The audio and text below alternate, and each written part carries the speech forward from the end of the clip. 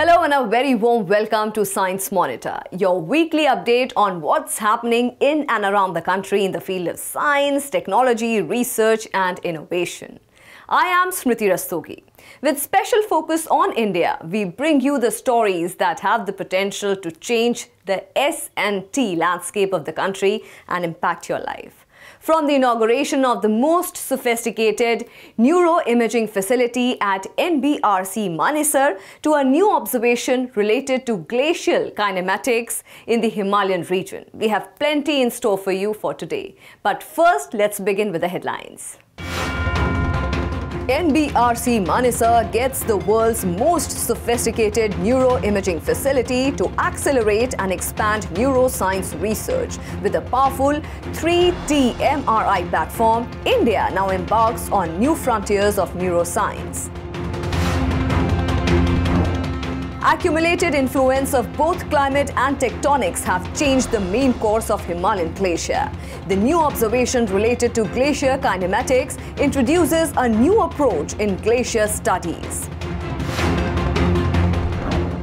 Safe and useful products manufactured using discarded PPEs. CSIR NCL Pune joins hands with industries to efficiently recycle the contaminated PPE waste generated during the pandemic. And ushering the next era of digital identity and smart governance, Aadhaar 2.0 workshop organized by UIDAI to enhance and expand the usefulness of Aadhaar. And now the news in detail. The National Brain Research Center at Manesar, which conducts cutting-edge research in diverse areas of neuroscience, is now equipped with the world's most sophisticated MRI facility. The facility was recently inaugurated by Union Minister Dr. Jitendra Singh and will be used to develop human cohort data on different brain-related disorders, including Alzheimer's. Besides enabling the center to embark on new frontiers of neuroscience, the facility will also provide a unique platform to tech institutes of the country to apply AI-related tools to discover normative, diagnostic and prognostic patterns related to neurodiseases. Let's see this report to get more details. The National Brain Research Center, or NBRC, located at Manesar, Haryana, is an autonomous institute funded by the Department of Biotechnology, Government of India. It is devoted to studying brain functions in health and diseases using innovative multidisciplinary approaches in basic and translational research spanning from molecular to behavioral and computational neuroscience. The most technical part of the study of neurological disorders is the generation of imaging data by scanning the brain. This is done using the magnetic resonance imaging, or MRI. Recently, the world's most sophisticated and first of its kind MRI facility was established at NBRC. The facility was inaugurated by Dr. Jitendra Singh, Union Minister of Science and Technology and Earth Sciences. The 3 Tesla MRI machine has added features compared to the machines that are currently in use. This innovative facility will help in developing human cohort data on the common brain and psychiatric disorders including Parkinson's, Alzheimer's, anxiety, depression, PTSD, bipolar disorder, etc. This machine what we purchased is a 3 Tesla MRI with a various anatomy features which is not there anywhere in the world. There are many machines, MRI, high-grade machine available in like Yale, Johns Hopkins, where they can do 20%, 30%. What we are able to doing, they can do only 30%. The reason being that it has a multi-nuclear capability where many information like sodium imaging, phosphorus imaging, fluorine imaging, and also the carbon-13 imaging, all are possible now. This machine can detect and quantify highly sensitive receptors and antioxidants from the brain, which has a direct link with the onset of various brain disorders, including Alzheimer's and Parkinson's. The machine is equipped to detect brain sodium levels, which has direct relevance for the assessment of brain tumors non-invasively. Apart from this, heavy metal deposition in the brain due to pollution or many other factors can also be quantified. The optimized 3 Tesla MRI machine is capable of performing intensive scanning activities much faster, saving patients about a quarter of their scanning time compared to earlier generation machines. This can be helpful in detecting diseases like Alzheimer's at an early stage. Normal MRI आप कहीं भी कर सकते हैं। Normal MRI में brain का structure और anatomy आप मेज़र करते हैं एमआरआई इमेजेस में, बट यहाँ पर एमआरआई भी आप कर सकते हैं। एमआरएस एक टेक्निक है जिससे ब्रेन में केमिकल्स मेज़र कर सकते हैं। एफएमआरआई एक है, उसमें जैसे आप कुछ भी टास्क करते हो तो आपका ब्रेन का एक पर्टिकुलर रीजन में ब्लड फ्लो इंक्रीज़ हो जाता है, तो वो एफएमआरआई टेक्निक से आप पता कर सकते हैं। क्यूएसएम एक टेक्निक है जो मैंने आपको मेटल डिपोजिशन का बताया, तो क्वांटिटेटिव ससेप्टिबिलिटी मैपिंग, इससे आप देख सकते हैं कि ब्रेन में किस रीजन में कितना मेटल डिपॉजिट हो रहा है। जैसे ये अल्जाइमर्स डिजीज़ है, ये बहुत लेटर स्टेज पे हमें पता चलता है कि ये डिज़ीज़ है, बट इन सब इमेजिंग ये नई टेक्निक से हम कोशिश कर रहे हैं रिसर्च करने की कि पहले ही पता चल जाए कि डिज़ीज़ है। The latest and powerful 3T MRI facility gives an impetus to the world-class research already being conducted by NBRC. It will promote research to discover rational treatments and cures for brain disorders. It is worth noting that similar facilities are being used in the Brain Initiative of the USA and the European Human Brain Project. And equipped with the latest 3 Tesla MRI machine, India has also joined the frontrunners of neuroscience. CSIR's National Chemical Laboratory, in collaboration with Reliance Industries Limited, has come up with a way to efficiently dispose of COVID-19 PPE kit waste. Scientists at NCL have utilized discarded PPE waste to develop safe and useful plastic products. And the laboratory has joined hands with several Pune-based companies for large-scale manufacturing of these products. This method can be helpful in getting rid of plastic waste that went up exponentially during the COVID pandemic. Here is a report. The COVID pandemic saw a rapid increase in the use of personal protective equipment. From hospitals to security personnel, sanitation workers, and even in people's homes, single-use PPE kits were used in large numbers. As a result, a large amount of plastic waste was generated. According to an estimate, in May 2021 alone, 200 tons of waste related to COVID-19 was produced daily. The disposal of this contaminated waste was a looming question, one that needed a quick and efficient answer. Currently, single-use gloves, masks and coveralls are being burned as part of waste management, but they generate harmful greenhouse gases. Keeping this in mind, scientists at the Pune-based National Chemical Laboratory of CSIR have come up with a solution to convert PPE kits into safe and useful products. NCL, in collaboration with Reliance Industries Limited, has prepared a pilot project for the safe disposal of contaminated waste generated from PPE kits. And this project can be scaled up and replicated throughout the country. As per the rules, this waste was presently incinerated. Now, incineration results in a huge amount of greenhouse gas emissions and is one of the major contributors towards pollution. CSIR NCL, along with another constituent laboratory of CSIR, IIP Dehradun, decided to tackle this waste problem.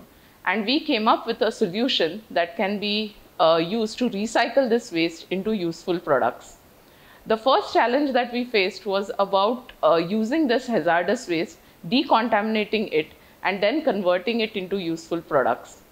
We standardized autoclaving as a decontamination protocol for this, because autoclaving is a known standard in the industry. NCL worked with other companies to develop an end-to-end process for effective recycling of COVID-19 plastic waste to produce value-added plastic products. This technology development was supported by CSIR's Indian Institute of Petroleum, Dehradun. The first step in this process is to collect the waste and disinfect it as per standards. Then convert the PPE into an easily processable and upcycled agglomerated form, that is, pellets and granules. Manufacture of non-food and automotive products is possible by casting these polymeric pellets and granules. We got in touch with Pasco. They supplied us with decontaminated PP suits. Then, with the help of Reliance Industries and their vendors, we went to a few companies around Pune where we got the PP suits shredded and then agglomerated so that they can be in the right size to be fed into plastic processing equipment such as injection molding machine or extruders. These PP pellets were then directly fed into injection molding machines at conditions which were actually decided by us through our scientific study. And then we could successfully mold products which are shown over here, such as garden pots, plastic grower trays, some structural automotive products such as a door panel which has about 35% glass fiber in it, and also automotive structural body parts. NCL has started a 100 kg scale pilot project in Pune involving local polymer industry and environmental protection units. Under this pilot project, various plastic products are being prepared in a safe way. First, we were treating the PPE kits by way of incineration. But after we got fourth guideline, then option was there, plastic coated PPE kits, autoclave option was there. Then we started autoclaving it. NCL approached us and they were trying to make it more environment friendly product and this thing. As per their request, we autoclaved about 1000 kg or 2000 kg PPE kits and handed over to them.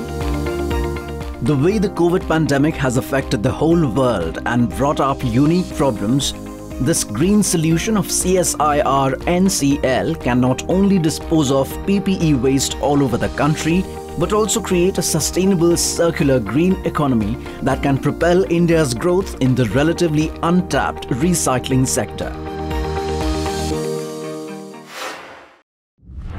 Scientists from Dehradun-based Wadia Institute of Himalayan Geology and Autonomous Institute of the Department of Science and Technology, Government of India, have released new research on glaciers. For the first time, information has been received about a glacier changing its main course.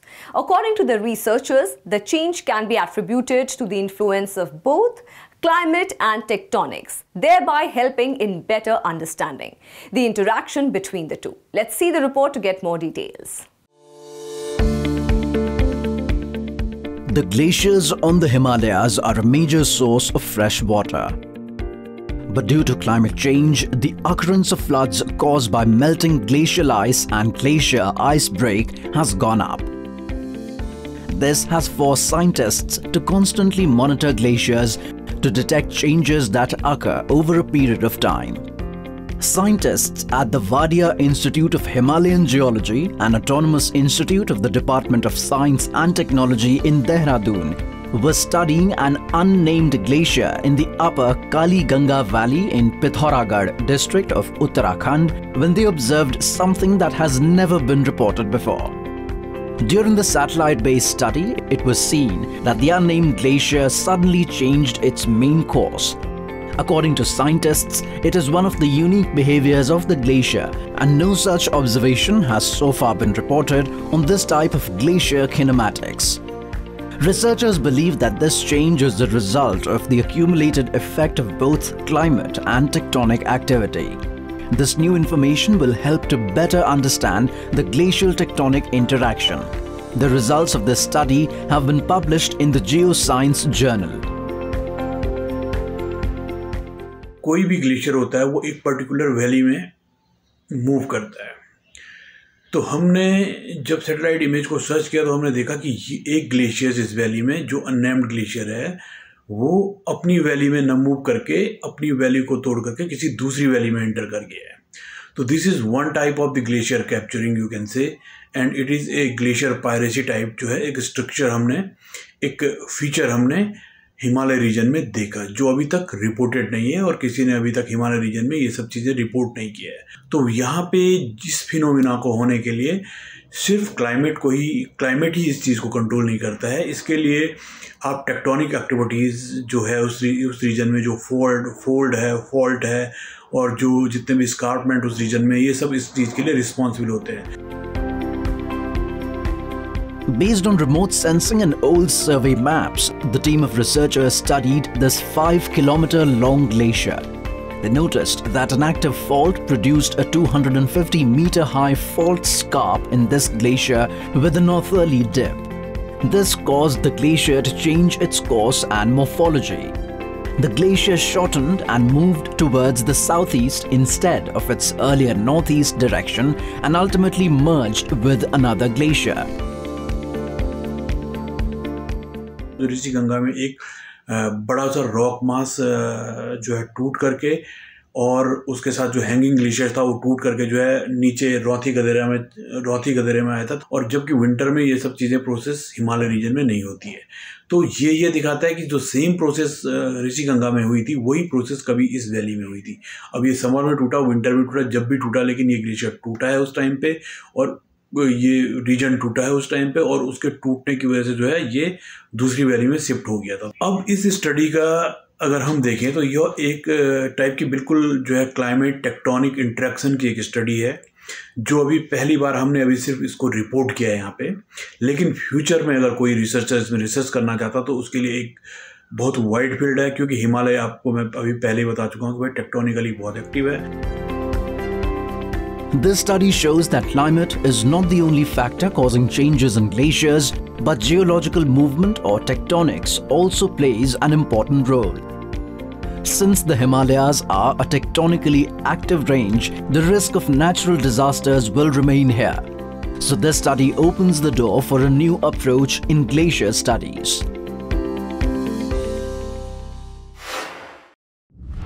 The Aadhaar has today become the most trusted document of identity for Indian citizens. To enhance as well as to expand its usefulness, Aadhaar 2.0 is now being launched. A 3-day workshop was organized at Vigyan Bhavan in New Delhi to mark the occasion. Organized under the title Aadhaar 2.0, ushering the next era of digital identity and smart governance from November 23rd to 25th, the objective of the workshop was to review and enhance Aadhaar services and experiences. Here is a report. Launched with the slogan Mera Aadhaar Meri Pehchan, the Aadhaar service not only gave a digital identity to the citizens of India, but also helped to bring government services directly to the people, especially the marginalized communities living in far-flung areas, by connecting them with the mainstream. Today, from opening a bank account to receiving the state benefits, Aadhaar is facilitating ease of operations in every sphere related to the unique identity and welfare of the citizens. As the central government rapidly moves ahead with campaigns like e-governance, Digital India and digital health, efforts are on to explore how Aadhaar can be used to make every Indian's life easier. As part of this effort, a 3-day workshop named Aadhaar 2.0, ushering the next era of digital identity and smart governance, was organized from November 23rd to 25th at Vigyan Bhavan in New Delhi. The workshop was inaugurated by the Union Minister of Electronics and Information Technology, Ashwini Vaishnav. Ajay Sahni, Secretary, Ministry of Electronics and Information Technology, and Dr. Saurabh Garg, CEO, UIDAI, were duly present on the occasion. Aadhaar has made a meaningful difference in the people living at the bottom of the pyramid, people living in the marginalized sections of the country, societies, the tribal people, the people living in forests. Now the question whether we can further reduce that cost of authentication. I think the more we look at the underlying technologies, develop technologies which are more affordable, the hardware, the software piece of it, the entire running, I think we should be able to further reduce the cost. The Aadhaar 2.0 workshop was an initiative of the Unique Identification Authority of India. The main aim of the workshop was to focus on strategies of Aadhaar that can strengthen and simplify delivery and provide an opportunity to focus on rebuilding more inclusive systems that will allow society to become more resilient. For this, Government of India and UIDAI, private sector institutions using authentication and eKYC services, leading think tanks and SMEs from international diaspora, organizations in social and regulatory space came together as stakeholders both online and offline and discussed the evolution and transformation of the unique digital ID. The Aadhaar 2.0 workshop is geared to look at what the next 10 years, how we can use Aadhaar for the ease of living of the residents. And the focus of Aadhaar and the architecture of Aadhaar is looking at issues of inclusiveness only. It's the most vulnerable, the most remote areas. Even out there, Aadhaar enrollment has been feasible, authentication is possible, and that ensures that the benefits reach them. So the very architecture of Aadhaar is focused on that, and we are looking at what other use cases can be there. To deliberate on various topics during the workshop, 8 sessions were organized. These included strengthening and simplifying the enrollment and update ecosystem, digital identity, a key to inclusive growth and empowerment, expanding the use of Aadhaar to boost digital economy, deploying trusted digital identities, information security, Aadhaar as an international digital identity standard, legal aspects of data security and privacy, smart devices as universal authenticator, adoption of new technologies in Aadhaar.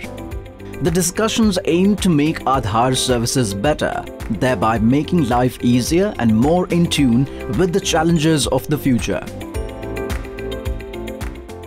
आधार के रूप में एक बड़ी सशक्त digital identity सभी भारतवासियों को मिली है। बैंक में अकाउंट खोलना हो, टेलीकॉम की आपने नया सिम कार्ड लेना है या नई सर्विसेज लेनी है, या आपने और कई डिजिटल दुनिया में फाइनेंशियल सर्विसेज हैं और हर तरह की सर्विस में ये उपयोगी सिद्ध होता है। इस तरह के इकोसिस्टम्स बाकी डोमेन्स में, बाकी सेक्टर्स में भी बना पाएँ, जिससे कि ना केवल सरकार की तरफ से जो सर्विसेज होती हैं बल्कि एक as team India, as digital India, हम मिलकर इन प्लेटफॉर्म्स का इस्तेमाल करके अपनी सर्विसेज को इम्प्रूव कर पाएँ। ये ध्येय है इस वर्कशॉप का। The Aadhaar facility has given a unique identity to a large number of people. Today, about 99.8% of adults in the country are connected to this service. Aadhaar has proved that digital identity can be used in more ways as compared to physical identity. At the same time, it has increased the reach of government services besides making them more transparent.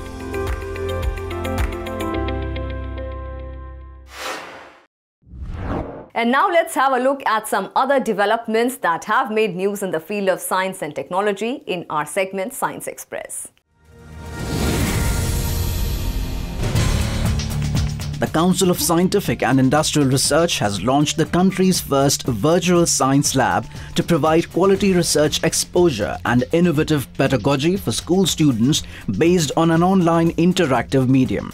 The facility, launched under the CSIR Jigyasa program, was inaugurated by Dr. Jitendra Singh, Union Minister for Science and Technology and Earth Sciences, on November the 22nd. The virtual laboratory platform will provide easy access to students of classes 6th to 12th for exploring science using various activities and faculties on science, maths, biology and IT. This platform will give an opportunity to the children to connect with scientists from across the country. This introduction is in line with the new national education policy, which stresses eliminating the concept of segregated streams and believes in the convergence of disciplines to enlighten the students in a holistic way. Speaking on the occasion, the Union Minister stated that the facility will greatly benefit the students of Kendriya Vidyalayas, Navodaya Vidyalayas and government schools. According to a recent study by Indian researchers, daily home-based meditation can increase the amount of grey matter in brains of patients with mild cognitive impairment or memory loss. The research, supported under the Satyam program of the Department of Science and Technology, Government of India, was led by Dr. Amitabh Ghosh, Director, Apollo Multi-Speciality Hospital, Kolkata, together with researchers of IIT Hyderabad and other institutions. The patients were divided into meditation and control groups, and the meditation group was trained to meditate for half an hour daily for 6 months. After 6 months, MRI scanning and neuropsychological assessment were performed on both groups. According to the observations, grey matter amount was found to increase in the region responsible for the control of attention and goal-directed decision-making. This study proves that a simple, inexpensive and easy-to-follow meditation routine can be helpful in preventing mild cognitive impairment and mild Alzheimer's disease. Astronomers from the Nainital-based ARIES of the Department of Science and Technology have now detected a new state of supermassive black hole system, 5 billion light-years away. According to scientists, it is the center of an active galaxy in a very bright state with 10 times more X-ray emission than normal, which is equivalent to 10 trillion suns. The discovery, made in collaboration with the Physical Research Laboratory, Ahmedabad, and other Indian institutions and international researchers, could help investigate how particles behave under the influence of intense gravity and acceleration to the speed of light. This study may help in studying the role of high gravity and acceleration of matter in the formation, interaction, and evolution of galaxies at the beginning of the universe. Astronomers at ARIES have been monitoring this black hole system named OJ287 since 2015. This source has shown repeated optical brightness enhancement almost every 12 years. This made the researchers believe that the system hosts a binary black hole. The Indian participants have performed exceptionally well at the 14th International Olympiad on Astronomy and Astrophysics held in Colombia this year. In the competition held in online mode from 14th to 21st of November, India jointly topped the medal tally along with Thailand and Russia. 5 Indian students who participated in the individual competition bagged 4 gold and 1 silver medal, along with Team India securing second place in the team competition. Among the students, Anilesh Bansal of Faridabad, Surain of Hisar, Arhan Ahmed of Meerut and Chehal Singh of Pune brought laurels to India by winning the gold medal, while Dhruv Ahlawat of Mumbai won the silver medal. Indian student Anilesh Bansal stood second in the overall competition. A total of 298 students from 62 teams from 52 countries participated in this year's competition.